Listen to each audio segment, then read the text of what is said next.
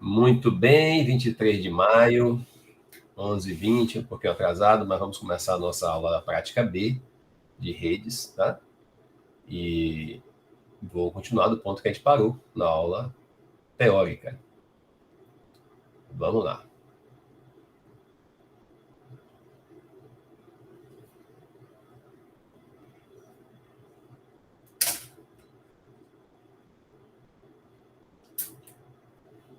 Muito bem, pessoal. Nós estávamos vendo lá na aula teórica, né? Eu terminei falando para vocês do ambiente onde foi criada esse esquema de endereçamento, a internet original, a internet criada lá pelo Departamento de Defesa, né? Naquele ambiente onde as empresas não tinham essa interação como existe hoje com a globalização, o que acontecia? Você não tinha problema que cada empresa criasse seu endereço, afinal de contas, elas não tinham conexão entre as redes. Hoje em dia é o oposto, você precisa garantir que as empresas têm conexão, as redes estão conectadas, tá? O tempo inteiro, elas têm que estar ali falando, transferindo informações entre elas, etc. Tá?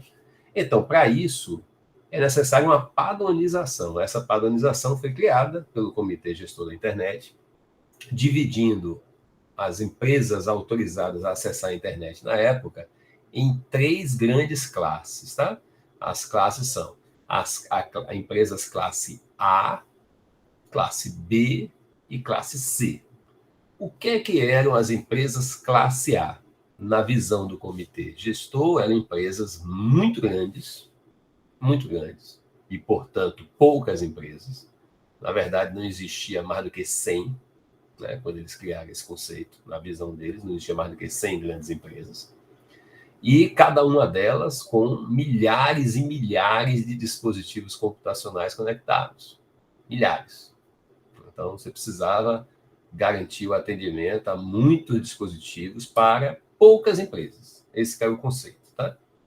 As empresas classe B eram as empresas consideradas como médias empresas. É bom a gente deixar claro aqui que a visão do comitê gestor pode não bater com a visão que a gente tem aqui no Brasil. Então, uma média empresa para eles ainda é uma empresa muito grande para a gente.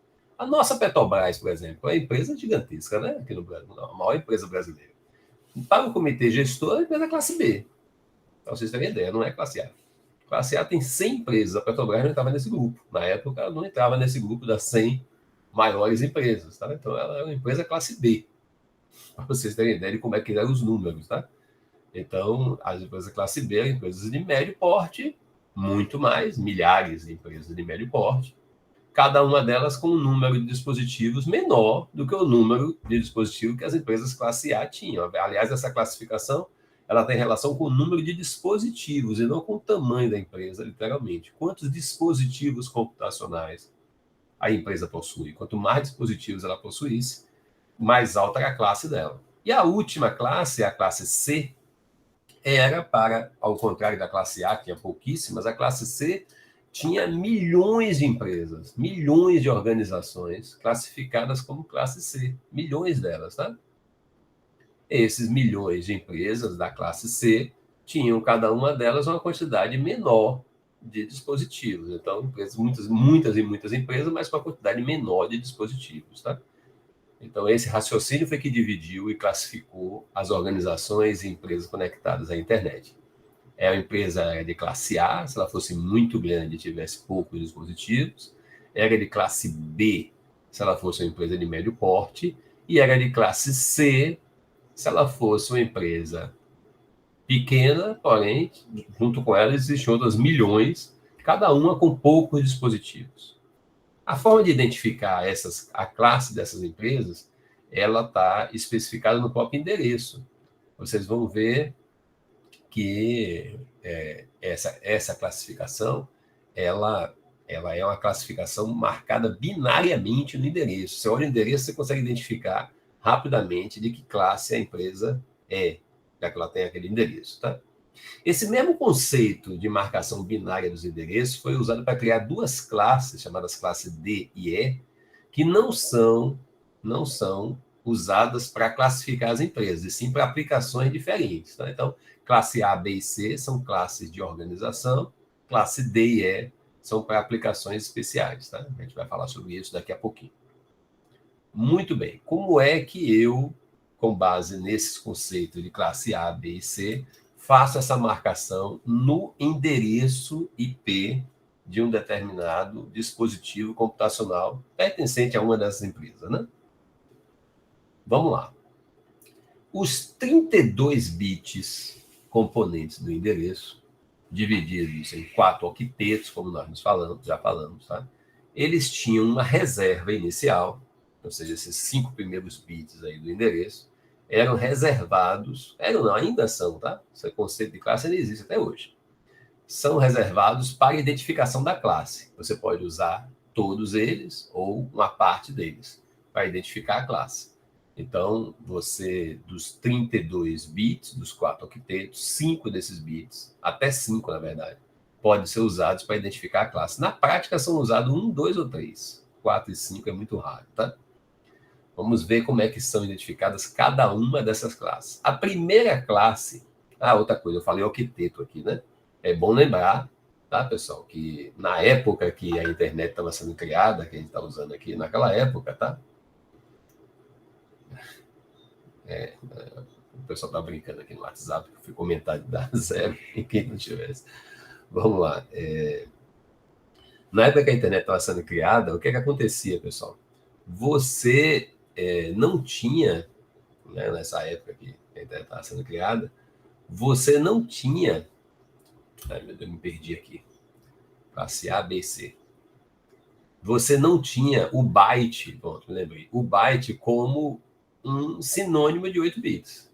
O byte era mais sinônimo do conceito de palavra, aliás, os computadores na época eram todos de 8 bits, era mais sinônimo de palavra do que sinônimo de conjunto de 8 bits. Então, durante algum tempo, o byte tinha a quantidade de bits variável.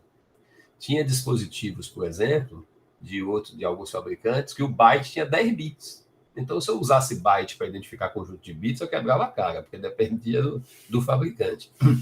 Nessa época, para você identificar um conjunto de 8 bits, ao invés de usar a palavra byte, se usava octeto. Em vez de falar byte, falava, por exemplo, o endereço IP é um endereço com 4 octetos, ou seja, 4 vezes 8 bits. Por que eu estou falando isso?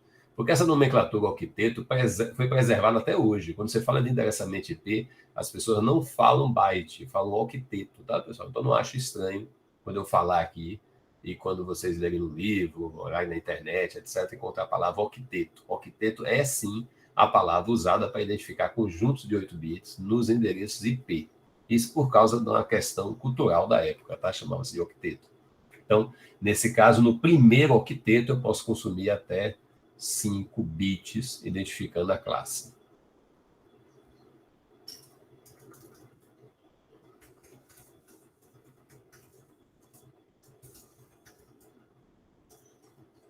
Então, vamos lá. Vamos ver os endereços classe A. Como é que é um endereço classe A? O endereço classe A, ele, como eu disse para vocês, é para poucas empresas que têm muitos dispositivos. Então, o primeiro octeto, esse de amarelinho, ele é usado para identificar as redes. São poucas empresas, então não precisa de tantas redes assim. Como eu já usei o primeiro bit para marcar que é o endereço classe A, sobram apenas 7 bits. Ou seja, eu posso ter até 2 elevado a 7, 128 organizações ou empresas. Como eu falei para vocês que é menos que 100, então dá. Tá? Eu tenho no máximo, na melhor das hipóteses, 128 organizações que na época mereciam ser organizações classe A. Essas organizações classe A tinham, cada uma delas, até 3 octetos para identificar seus hosts. 3 octetos, pessoal, são 24 bits. Estamos falando, então, de 2 elevado a 24 possibilidades, menos 2, né? Porque 2 são reservadas, a gente viu nas regrinhas. Uma para identificar endereço de rede, outra para identificar endereço de host. Então, temos 2 elevado a 24 menos 2, 16 milhões 777.214 hosts em cada uma dessas grandes organizações classe A. Pode parecer muito, tá, pessoal? Mas acreditem, não está muito longe da realidade, não, viu? Para empresas realmente de grande porte, tem uma quantidade de milhões de dispositivos, não é nada de outro mundo, não. Não é mesmo, tá? Então, grandes organizações realmente podem ter milhões de dispositivos computacionais. Isso aí, na época, apesar de ser uma viagem para a época, né, que não tinha essa quantidade toda, eles acertaram ao reservar essa quantidade toda de octetos. Como é que funciona a classe B? Na classe B, eu pego os 2 primeiros octetos para identificar as redes. Já que são empresas médias, a quantidade tem que ser maior. Então, gastei 2 bits para identificar a classe, 1, 0, sobram 14 bits. Tenho, então, 2 elevado a 14, ou seja, até 16.384 empresas classificadas como empresas classe B. Essas empresas classe B têm também 2 octetos para identificar seus hosts. Cada uma delas pode ter até 2 elevado a 16, tirando os 2, né, do endereço de rede e do endereço de broadcast, até 65.534 máquinas ou dispositivos com endereços IP específicos. Tá? Na classe C, você já deve imaginar como é que é, né? Eu pego os 3 primeiros octetos agora, porque são milhões de pequenas empresas, a quantidade é muito grande, mas cada uma delas é uma quantidade pequena de dispositivos, ou seja, apenas um octeto para identificar o host. Se são 3 octetos, eu tenho 24 bits, mas eu já usei 3 aqui, né, para identificar a classe, fico com 21. Então, são 2 elevado a 21 empresas, cerca de 2.100.000 empresas tinham cada uma delas um endereço de rede específico para elas. Sendo que dentro de cada empresa dessas, eu podia ter até 2 elevado a 8, menos os 2 reservados para a rede broadcast, 254 dispositivos por endereço classe C. Ok, pessoal? Esses endereços classe A, B e C são as classes que vocês vão ver, encontrar, configurar, responder pergunta no concurso que vocês venham a fazer. São essas as classes que vocês vão encontrar. Agora, ainda existem as classes D e E que servem para outras funções. Não são para identificar os dispositivos de uma organização, tá? As classes D e E, elas têm 2 objetivos diferentes. A classe D, ela é usada para identificar grupos. Então, por exemplo, se seu endereço começa com 1110, ou seja, o bit está na 4ª posição, classe D, os 28 bits restantes, todos eles identificam grupos. Você poderia ter, por exemplo, um grupo de usuários da Netflix. Quando eu quisesse mandar um determinado conteúdo, eu podia mandar o conteúdo para apenas um destinatário. Qual destinatário? Um endereço de 28 bits específico. Na hora que eu mandasse esse conteúdo para um destinatário específico, o que aconteceria? Todos os dispositivos que fizessem parte desse grupo receberiam esse conteúdo. Ou seja, eu tenho uma transmissão multicast, uma mensagem com vários destinatários, tá? Uma mensagem só com vários destinatários. Esse conceito de multicast, ele até é utilizado em algumas situações para transmissão de vídeo em sistema de segurança, algumas operações em nuvem, mas não é uma coisa, vamos dizer assim, muito popular e conhecida, não. Se você, por acaso, encontrou um endereço IP lá, onde o primeiro octeto, o primeiro bit 0 dele é aqui, provavelmente é uma coisa errada, viu, pessoal? Ou seja, se o número for maior do que, deixa eu ver aqui, 0 nessa posição, dá 192, 224, depois 224... Peraí que eu estou meio desorientado. 224 mais 16, 240. Se for um número maior do que 224, tem uma coisa estranha. Tem uma coisa estranha. Embora não esteja errado, pode ser até uma mensagem de multicast, é muito raro que isso esteja acontecendo. Então, endereços IP, pessoal, você sempre números que começam no primeiro octeto, entre 0, não se usa, mas entre 0 e 223. Mais do que 223, com certeza é algum pepino. Ou você acertou um endereço podcast. Vai que é um endereço podcast. É raro, mas existe. Agora, e o classe E? O classe E, pessoal, o 0 está na 5ª posição. Esse é mais raro ainda. Esse é um grupo usado para testes e experimentos. Na prática, né? Além de ser um endereço inválido, você não pode botar isso na internet de jeito nenhum, né? Ele também é um negócio que não se usa mais, porque experimento e teste não se faz mais no IPv4, se faz no IPv6, que é a versão nova. Tá? Então, se você encontrar alguma coisa, né, maior do que 239, 240 em diante, aí com certeza está errado. Com certeza, porque não se usa mais o endereço classe E. Tá? E, além disso, pior ainda, né? Se for acima de 248, por exemplo, aí, ou seja, o bit 0 estaria aqui em uma dessas três posições, aí que está errado de ver mesmo, não tem como, tá certo. Não é uma classe válida, ou seja, é um endereço que não tem classe. É um endereço que não foi pensado pelo comitê gestor da internet. Então, tem algum problema grave. Entendeu, pessoal? Então, o que dentro pode ir de 0 até, na prática, 223. Acima de 223 já é estranho. Acima de 239 já está errado mesmo. Tá? Então, é importante prestar atenção no primeiro octeto. Por que eu estou falando isso? Porque uma vez eu fui participar de um processo seletivo ao mestrado e botaram para mim uma questão de rede, né? Claro, eu tinha que ter essa sorte, né? Botaram uma questão de rede para mim. E nessa questão de rede, o cara pedia para fazer um trabalho lá, que é um negócio bem complicado. Quando eu via a descrição do problema, eu vou gastar uma hora fazendo isso aqui. Mas qual era o detalhe, né? Qual era a banana, a casca de banana? É que o endereço que ele colocou como endereço base era 240 alguma coisa. Aí quando eu olhei, esse endereço não existe. Não existe endereço. Aí eu fui lá falar com o cara que estava fazendo a seleção, né? Perguntei, meu amigo, é o seguinte, isso aqui, esse endereço não existe, 240 e pouco. É para fazer mesmo assim? Ele, não, você descobriu, bota aí, o endereço não existe, está respondido. Então, simplesmente isso, eu coloquei lá. Esse endereço não existe, respondi a questão, enquanto meus concorrentes lá, coitados, estavam se matando, tentando fazer um exercício trabalhoso do cacete, com um endereço IP que simplesmente não existe, um endereço inválido. Você não pode usar aquele endereço.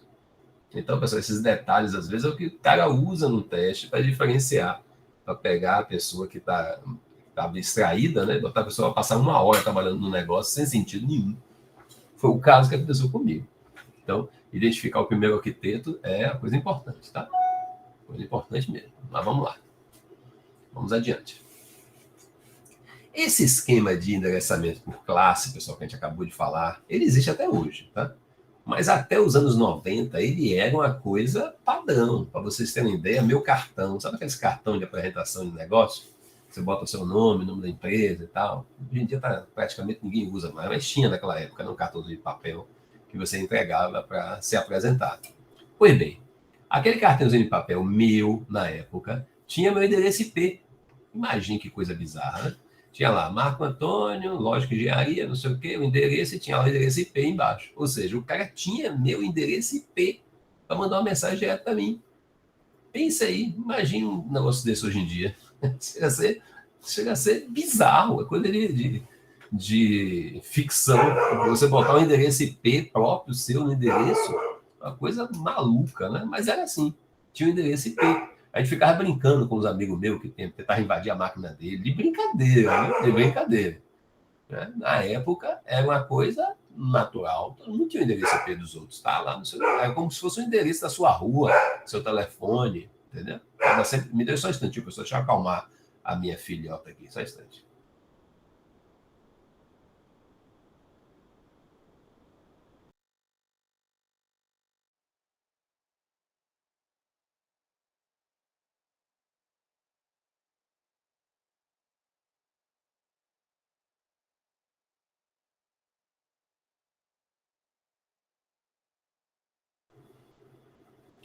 Esse é um dos problemas das aulas virtuais, né, pessoal?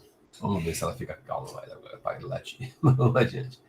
Então, pessoal, os endereços eram pessoais e públicos. Todo mundo tinha seu endereço. Isso é o que eu encontrei na internet. Oh, meu Deus do céu, a Siri entrando no saco aqui. Então, era uma coisa pública, conhecida. Ninguém tinha medo. Até os anos 90, a verdade é que todo mundo que trabalhava em informática era santo. Eram pessoas acima de qualquer suspeita, que jamais criariam um problema, invadiriam a rede, roubariam suas coisas. Todo mundo era santo, né? A gente vê até nos filmes de ficção, Eu sempre faço esse desafio com meus alunos, alguém que conte um filme, um livro, alguma obra de ficção, onde como é que chama? Produzida antes dos anos 90, né? Até o início dos anos 90, que fale sobre invasão, sobre tentativa de roubar alguma coisa usando o computador. Isso não existia nem na mente dos roteiristas e escritores de ficção científica. É uma coisa impossível de acontecer. Ninguém se preocupava com isso. Mas aí, pessoal, a realidade é dura, né? A realidade mostrou que, infelizmente, as pessoas não são assim, tão benevolentes. Então, as pessoas começaram a tentar usar os computadores para, né, fazer o mal, como a gente faz, como eles fazem hoje.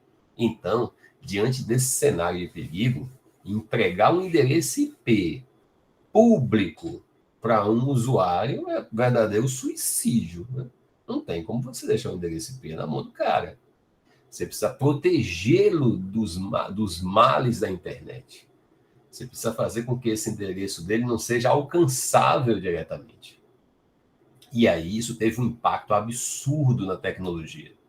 Porque até o início dos anos 90, com o crescimento acelerado do número de dispositivos computacionais, as pessoas achavam que nós não teríamos mais endereço IP. Vai acabar. 2 elevado a 32 é muito pouco. Como é que a gente vai fazer? Tem que mudar esse negócio. Aí foi criado o IP versão 6. O IP versão 6, que está aí, mas não tem a popularidade, né, que o IPv4 tem. Ele propunha trocar um endereço de 32 bits por um endereço de 128 bits. Para vocês terem uma ideia, né, do que significa 128 bits de endereço, pessoal. Cara, é como se você colocasse um endereço. Se você tivesse que endereçar cada bactéria existente na Terra, cada bactéria da Terra tivesse um endereço IP, você dá um ping nela, você ia ter endereço sobrando, sabia? Dá para você dar um endereço IP versão 6 para cada vírus, cada bactéria existente na Terra, cada grão de areia, cada gota d'água dos oceanos, podia ter um endereço IP. O número é uma coisa assombrosa, 2 elevado a 128. Não tem nem como representar esse número. Mas, para nossa sorte, na minha opinião, a gente não precisou recorrer a isso. Porque os bandidos chegaram para nos salvar. Os bandidos chegaram antes e reviraram a internet de cabeça para baixo. As pessoas deixaram de precisar ter um endereço válido. As pessoas passaram a ter endereços inválidos, endereços não alcançáveis diretamente. Essa tecnologia foi a tecnologia dos proxies. O que é um proxy? Em inglês, proxy é procurador. É como aquele cara que você contrata, por exemplo, para ir no Detran resolver o problema do seu carro. Você não quer enfrentar a burocracia, a fila, etc. Você contrata um procurador, um despachante, que as pessoas chamam, né? Para ele ir lá e resolver o problema. O despachante vai lá, pega seus documentos, resolve o que tem que resolver e depois entrega para você. Você fica afastado da burocracia, ele fica ali no meio, lhe protegendo, né? O proxy é a mesma coisa. Ele fica entre você e a internet do mal. Ele fica ali no meio, fazendo com que você não seja diretamente visível pelos bandidos na internet. E que toda vez que você precisar de alguma coisa na internet, ele vai fazer o meio de campo. Ele vai traduzir as suas mensagens para que elas pareçam serem dele e não suas.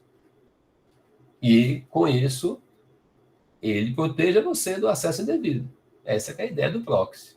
Na hora que você cria o proxy, o que acontece? Os usuários que tinham, cada um deles, um endereço IP próprio, não precisam mais disso. Eles podem até ter endereço IP, e tem, mas tem endereços IP que não tem validade, que não existe na internet. É um endereço IP que só existe ali, na rede dele mesmo. Então, na sua máquina agora, você está lá conectado em casa, acessando a aula, 192.168.010. Esse 192.168.010 só existe na sua casa. Lá fora ninguém conhece ele. É possível, inclusive, que seu vizinho também tenha 192.168.010 dele lá. São endereços inválidos, que só funcionam dentro de casa. Quando você, na sua casa, quer acessar um site externo, você pede para o proxy fazer isso, e ele pega aquela sua mensagem, tira o seu endereço e coloca o endereço dele. A mensagem vai para o destino usando o endereço do proxy e retorna com como é que se diz? E retorna com a mensagem, certo? Para o proxy. O proxy recebe a mensagem e repassa internamente para o usuário. Vamos mostrar isso aqui melhor, tá, pessoal? Mas antes tem mais um detalhe importante. Como ficou os usuários internos de todas as organizações deixaram de ter endereço IP válido, a quantidade de endereços IP necessárias reduziu de forma assombrosa. Então, aquela empresa que tinha 2 milhões de endereços internos, não precisa disso tudo. Ela vai ter, sei lá, estourando 1.500 endereços válidos. E o resto, todo mundo passa a ter endereço inválido. Então, o tamanho das redes, né, inválidas ficou gigante, mas as redes válidas ficou minúsculo, sobrando um bocado de endereço para você fazer o que você quisesse.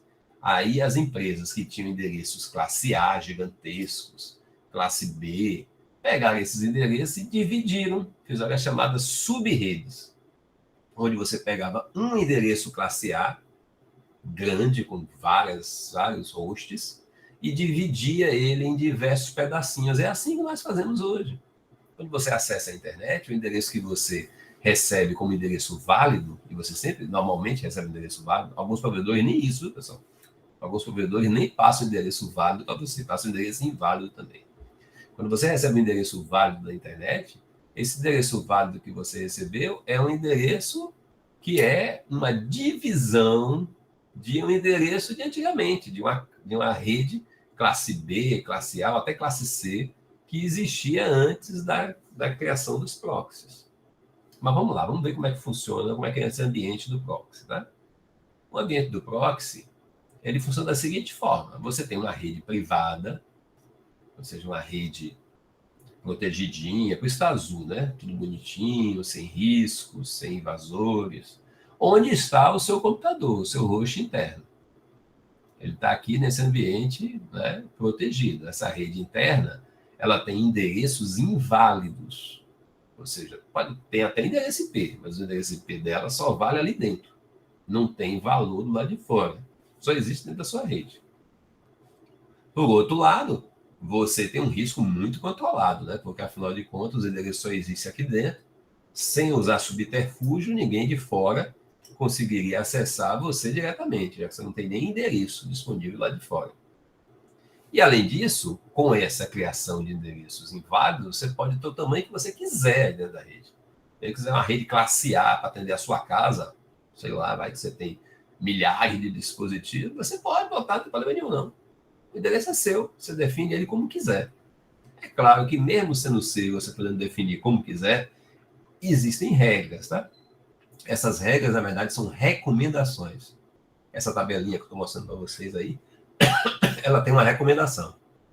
Ela diz o seguinte: se você vai criar dentro da sua organização, casa, sei lá, uma rede classe C, se você vai criar uma rede classe C, o que é que se recomenda? Olha, já que é classe C, use os números 192.168.0 até 192.168.255. Por isso é que a gente usa esse endereço, você deve ter visto. Desde casa a gente usa esses endereços aí. Por quê? Porque o comitê de normas estabeleceu uma requisição, né, para comentários, uma norma chamada RFC 1918, que determina que é recomendável usar essa faixa específica de endereços para botar dentro da sua casa. Aí você diz, mas não quero colocar. Tudo bem, você pode colocar o endereço que você quiser. Ninguém impede. Vai funcionar do mesmo jeito. A única diferença, e é uma diferença marcante, é que só você e quem você explicar, vai saber como é que funciona isso. Então, amanhã, se tiver um problema na rede da sua empresa, porque você resolveu inventar um endereço como esse aí, você vai ter que se virar sozinho. Ninguém vai entender o que você fez. É por isso que se recomenda que você use o que a norma diz. Se é um endereço classe C inválido, recomenda-se que use o endereço 192.168. Se é um endereço classe B, recomendo que use um 72 de 16 a 31. Se é um endereço classe A, recomenda-se que você comece com 10. 10 ponto alguma coisa é um endereço inválido classe A. Então, pessoal, usando esses números aqui, uma pessoa que tiver acesso à sua rede para dar um suporte, para te ajudar em alguma coisa, quando vir esse endereço, vai saber que aqueles são endereços inválidos.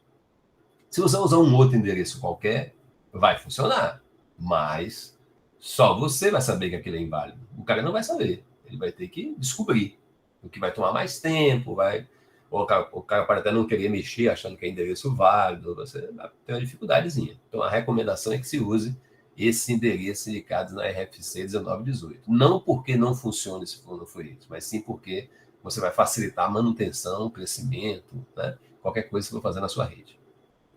Mas vamos continuar.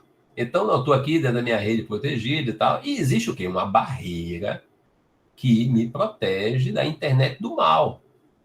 Aquela rede onde estão os invasores, onde estão os hackers, onde estão as pessoas com más intenções. Eu tenho uma barreira entre minha máquina e a internet. Essa barreira vai impedir o acesso, né, indevido dos malfeitores a seu host interno, já que eles não têm seu endereço. Essa rede, a internet do mal, ela tem endereços válidos. São todos válidos, não são endereços inválidos mais. São endereços que existem lá no comitê da internet. Ela está exposta a riscos externos. Todo mundo está conectado na internet, todo tipo de pessoa, né? Então, os riscos externos estão lá. E outra coisa, nesse caso, como o número de pessoas conectadas é muito grande, existe uma limitação clara do número máximo de endereços. Então, você não pode ter um número infinito de pessoas aí, não. Por quê? Existe um limite estipulado pelo tamanho do endereçamento de 32 bits. Embora esse limite tenha crescido muito depois da criação dos proxies. Mas, mesmo assim, ainda tem um limite. Já do lado de cá, nosso limite é quase infinito, cara. Você pode criar o que você quiser. Afinal de contas, só tem você. Né? Não se oferecer mais nada, é só para a sua organização.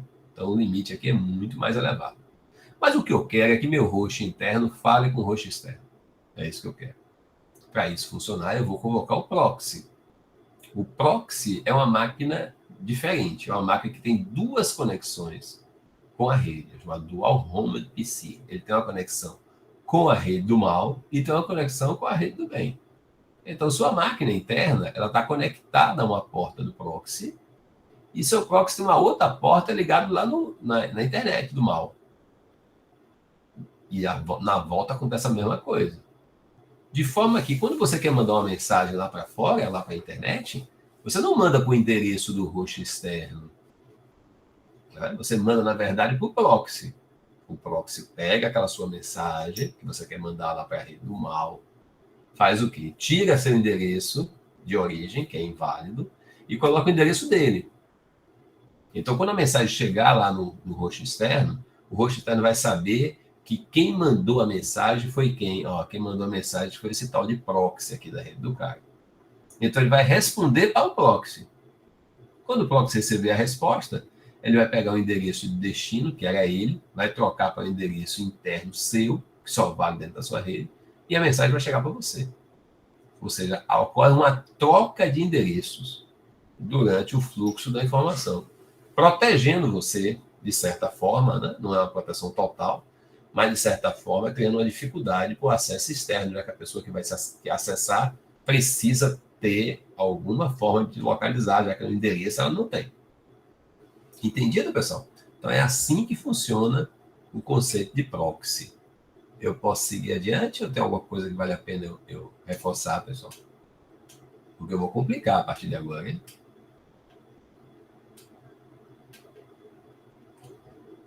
Alguém tem alguma dúvida?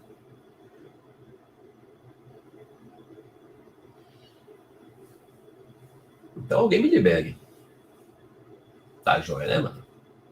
Então vamos seguir. Você já entendeu o conceito de proxy, vamos entender agora o conceito das subredes. Olha aqui agora, o que é que eu fiz? Eu peguei um endereço classe A, dá para identificar que ele é classe A, porque tem esse octeto apenas como endereço de rede, e os 3 últimos como endereço de host. Então, imagine que isso aqui é da General Electric, por exemplo, uma das empresas lá da divisão original que ficou com o endereço classe A, uma empresa gigantesca, tá? Na época. Hoje tem gente maior que ela. Mas a General Electric ficou com esse endereço. Era só dela. Ela tinha 2 milhões de endereços IP à disposição dela. Mas ela não precisa mais disso. Com os proxies, ela com, sei lá, 10 endereços, atende tudo, ainda tem folga. Dá para fazer o que ela quer. Ela bota um para o proxy, outro para, sei lá, o DNS, um para um servidor web, e ainda sobra endereço. Então, para ela não tem problema não. Pode ser muito menos endereço que ela tem hoje. O que é que ela faz? Ela pega os endereços dela e divide esses endereços em sub-redes. Como? Você arrasta essa divisão que estava aqui na máscara para cá, ó. Arrasta a máscara para a direita. Embora ainda seja classe A, a máscara está aqui agora. Dá para ver pelos números 1, né? Os números 1 estão vindo até aqui. E depois daqui que é 0. Então a máscara está aqui, ó. Na hora que você coloca a máscara aqui, todos esses bits entre o endereço original e o endereço atual, eles viram identificação de sub-rede. Se você for ver aqui, ó, tem 8, mais 8, 16, mais 4, 20. Eu tenho 2 elevado a 20 combinações possíveis para identificar minha sub-rede. 2 elevado a 20 é um número grande. Eu estou dividindo uma rede só em 2 elevado a 20 redes. Usando apenas um endereço classe A, eu transformo ele em 2 elevado a 20 endereços diferentes. Cada um desses 2 elevado a 20, tem 4 bits para identificar host. Então, se eu tenho 4 bits para identificar host, eu teria 2 elevado a 4 até 16, menos 2, 14, até 14 endereços de host possíveis. E a empresa precisa de 10. Então, está dando e sobrando. Eu vou atender a 2 elevado a 20 organizações com apenas um endereço classe A. O conceito é esse. A única coisa que eu vou mudar é o quê? É a máscara de sub-rede, que antes estava aqui parada, né? A máscara de estava parada aqui em 255, agora vai ser 255, 255, 255, 240. Por que 240, pessoal? Porque 128 mais 92 dá 192, 192 mais 32 dá 224, 224 mais 16, 240. Então, 240. Então, eu consigo criar uma máscara que vai fazer com que a divisão entre rede e host vá para a direita. Onde eu tinha só rede, tenho agora rede e sub-rede. As duas coisas, não tem jeito. Não tem jeito. Eu brinco aqui casando que ela é a cadela de madame. A cachorro mais besta que existe no planeta Terra. Mas quando passa alguém na rua, vira pitbull. Depois que a pessoa encosta, vira uma besta. Mas é assim mesmo, faz parte. Então nós temos aqui, pessoal, 2 elevado a 20 sub-redes oriundas de apenas uma rede classe A. Eu sei que pode não parecer muito claro esse assunto e tal, mas ele vai fazer um exemplo na prática para tornar isso mais claro. Algum ponto aí específico que precisar explicar para vocês antes de passar adiante, pessoal? Ou eu posso seguir?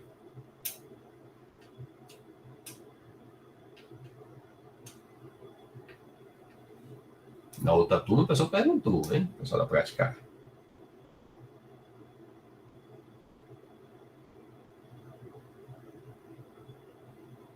Alguma dúvida? Alguém me libera?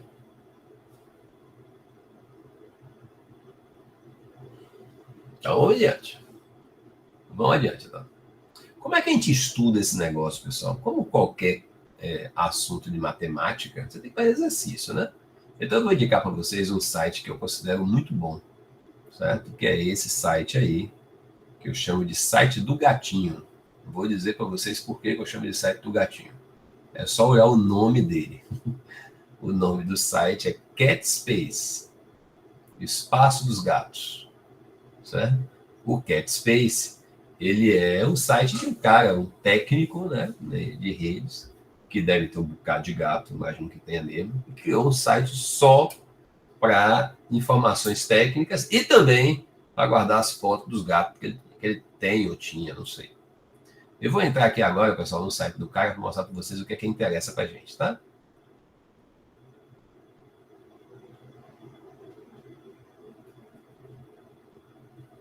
Esse aí é o site do Gatinho, tá? Esse site do Gatinho, pessoal, ele tem aqui logo no comecinho, ó, um link para exercício de revisão e informações técnicas. Se você clicar aqui, ele vai abrir essa outra página, tá? Tem muita coisa técnica de redes aqui, mas para a gente o que mais interessa, olha o IPv6 aqui, pessoal, IPv6, IPv4, muita coisa técnica mesmo. Mas para a gente o que mais interessa agora são esses exercícios aqui de máscara de subrede, ó. Máscara de subrede. Eu vou clicar nele e aí vocês vão ver, pessoal, que aqui nessa página eu tenho 21 exercícios efetivos desse assunto que nós estamos estudando, com as respostas. E com respostas que vão desde uma resposta bem detalhada, como a primeira, até respostas mais rápidas, à medida que ele vai explicando o assunto. Então, você vai encontrando as respostas cada vez menores. Olha só o espaço que a resposta 1, 2 e 3, a 4, 5... Ó. Tem resposta que 2 linhas ele já respondeu. Por quê? Porque ele já explicou o assunto antes. Então, o que é que eu recomendo? Que vocês peguem esse endereço aí que está disponível, tá? Eu vou escrever ele aqui agora no chat. E tentem fazer, né? Tentem fazer não, façam essa lista de exercícios. Vocês vão tentar fazer, não vão conseguir, aí vão pegar a resposta, vão olhar. A única dificuldade, que eu acho que não é uma dificuldade tão grande assim, é o fato de ele estar em inglês. Hoje em dia, com a tradução automática, isso fica facinho para quem não tiver facilidade com o inglês. O site está em inglês. E é claro, óbvio, nós vamos fazer um exercício, né? Vamos fazer pelo menos um exercício aí do nosso amigo, usando uma telinha que eu vou tentar improvisar aqui agora. Já peço desculpas pela improvisação, mas eu vou tentar fazer um quadro negro virtual aqui para a gente fazer um exercício, tá? Para a outra turma, eu fiz o exercício 1. Então, agora eu vou fazer um outro exercício, que aí depois vocês podem trocar informações, né? Um pode pegar o exercício do outro, o outro pega de um, e aí fica mais informação para vocês consultarem, tá certo? Deixa eu entrar primeiro na reunião. Eu vou fechar aqui, pessoal, a minha tela, tá? Eu vou usar a tela do iPad. Pronto. Vou compartilhar a tela.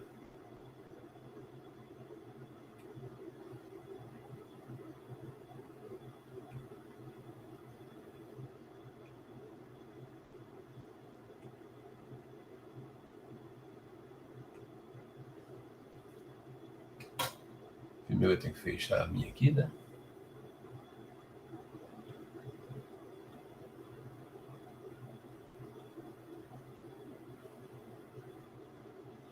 Vocês devem estar vendo aí a tela do iPad agora. Espero que sim.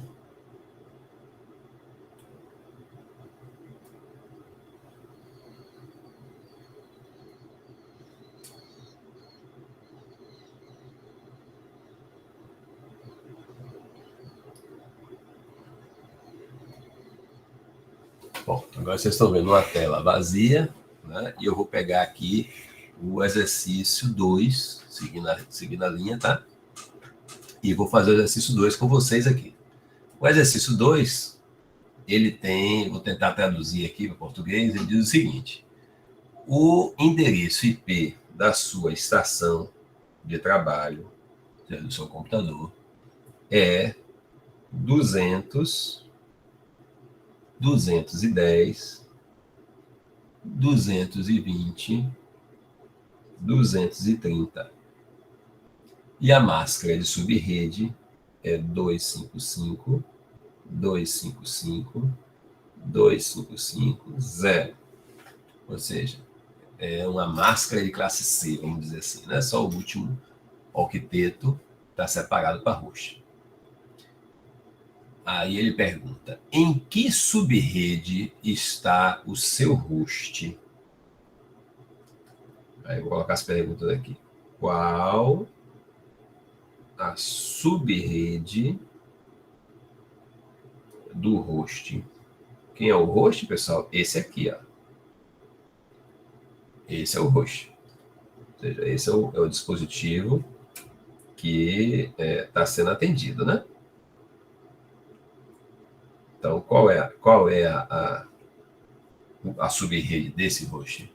A segunda pergunta que ele faz é: qual o endereço de broadcast dessa subrede?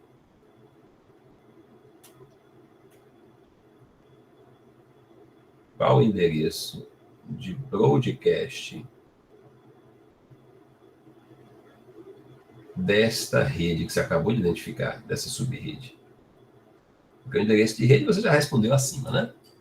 E a pergunta é: quantos hosts você pode ter nessa subrede? Então, eu tenho um endereço de host, que é esse aqui, e tem uma máscara. Ele quer saber em que subrede está esse host. É isso que ele quer saber. E ele quer saber também qual o endereço de broadcast dessa subrede. Ok, pessoal? Vamos tentar responder. Parece que a resposta vai ser bem boba, mas vamos fazer, tá? Olha lá. Primeira coisa que eu preciso fazer, pessoal, é identificar qual é a classe desse endereço. Para eu identificar a classe, eu vou pegar o primeiro octeto e vou converter ele para binário. Então, 200 em binário. É aquele esquema de conversão rápida, né? Eu tenho 128, 64, 32, 16, 8, 4, 2, 1. 200 cabe 128? Cabe, sim. Sobra quanto para 200? Sobra 72. Cabe 64? Claro que cabe. Sobra quanto depois que eu tiro 64? Sobra 8. Cabe 32? Não. Não cabe 32. Eu posso continuar? Posso, mas não preciso mais, né? Na hora que eu descubro onde é que está o primeiro zero, e ele está na terceira posição, eu já sei que esse endereço é um endereço classe C. Ele é um endereço classe C. Se ele é um endereço classe C, eu sei também que a máscara, aquela barrinha que separa, né, o rede de host, ela está igualzinha a máscara aqui, olha só, igualzinha. Ela está passando, separando os 3 octetos de endereço do octeto de dados no mesmo lugar que a máscara está separando. Então, para ser bem preciso aí, não tem subrede. Não tem subrede, porque afinal de contas, a máscara classe C, ela está passando entre o terceiro e o quarto octeto. E a máscara, quer dizer, a classe determina que está entre o terceiro e o quarto, e a máscara determina a mesma coisa. Eu não tenho subrede.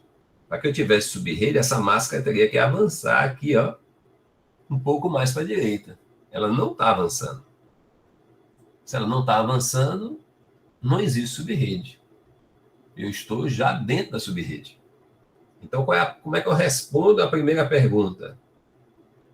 Qual é a subrede do host? Eu respondo colocando o endereço de rede. O endereço de rede, como a gente viu, ele é o mesmo endereço IP 200, 210, 220, 230, onde todos os bits de host, a gente está vendo que a divisão está aqui por conta da máscara, né? Todos os bits de host são iguais a 0. Ou seja, a subrede é 200, 210, 220, 0. Esse aqui é o endereço da subrede. do host. Qual o endereço de broadcast? No caso do broadcast, vou fazer em outra cor aqui, tá, pessoal? Em vermelho, no caso do broadcast, ao invés de 0, eu tenho 1. Ou seja, em vez de 0, eu vou ter 255. Ou seja, o endereço de broadcast será 200, 210, 220. E na parte de host, eu teria 255. Esse aqui é o endereço de broadcast. Seria respondida a segunda pergunta. E a terceira pergunta? Quantos hosts eu tenho nessa subrede? Eu sei que eu não posso ter nenhum endereço que coincida com 0, nem que coincida com tudo 1. Os endereços estão aqui no meio. Quem é essa faixa? É a faixa que vai de 200, 210, 221, que é o primeiro endereço, até 200, 210, 220, 254, que é um a menos que 255. Essa aqui é a faixa de endereços que eu tenho na subrede. Então, essa é bem facinha essa, não tem nem que criar subrede. Se eu tivesse que criar subrede, eu teria que pegar esse endereço, vou botar aqui amarelo, esse endereço aqui, ó, esse que eu acabei de circular, eu teria que pegar ele e fazer o quê, pessoal? Converter esse cara em binário. E depois que eu convertesse em binário, eu teria que pegar a máscara, vou botar em verde aqui, ó, a máscara, e também converter para binário. Aí eu faria a divisão, usando, ver o que era roxo, o que era rede, e fazer os cálculos. Que é o que aconteceu no exercício 1, que eu fiz com a outra turma. Como eu vou disponibilizar os dois, vocês podem olhar a forma que eu respondi, tanto a foto, né, do quadro, quanto o vídeo, que eu também vou compartilhar, e também vão poder ver a resposta aqui no site do Gatinho. Quando vocês virem, né, o vídeo e a resposta no site do Gatinho, o que é que vai acontecer, pessoal? Vocês vão poder comparar com a resposta que está na lista de exercícios e, como é que se diz, meu Deus do céu? Fazer sua atividade, né? Repetir, tentar fazer de novo, para ver se consegue repetir o exercício que foi feito. Se você conseguir repetir o exercício que foi feito, bom, vocês estão matando. Não precisa de mais nada. Vocês já estão sabendo fazer o negócio, tá? Ok, pessoal? Então, isso é que a gente tinha que ver hoje. Eu imagino que de primeira vocês vão ter dificuldade, sim. Faz parte, tá? Faz parte realmente ter dificuldade no primeiro. Mas para isso vocês têm 2 exercícios já resolvidos, tanto na lista, quanto na tela, quanto no vídeo. Vocês vão tentar fazê-los, seguindo as orientações. Depois vocês vão tentar fazer o 3, o 4, o 5. Quem conseguir fazer todos seria uma maravilha, né? Porque aí entenderia perfeitamente o tema, para que na próxima aula a gente pudesse avançar um pouquinho mais e estudar as chamadas subredes com máscara variável, chamado VLSN. Ok, pessoal? Alguma pergunta? Ou eu posso já me preparar aqui para compartilhar o material com vocês?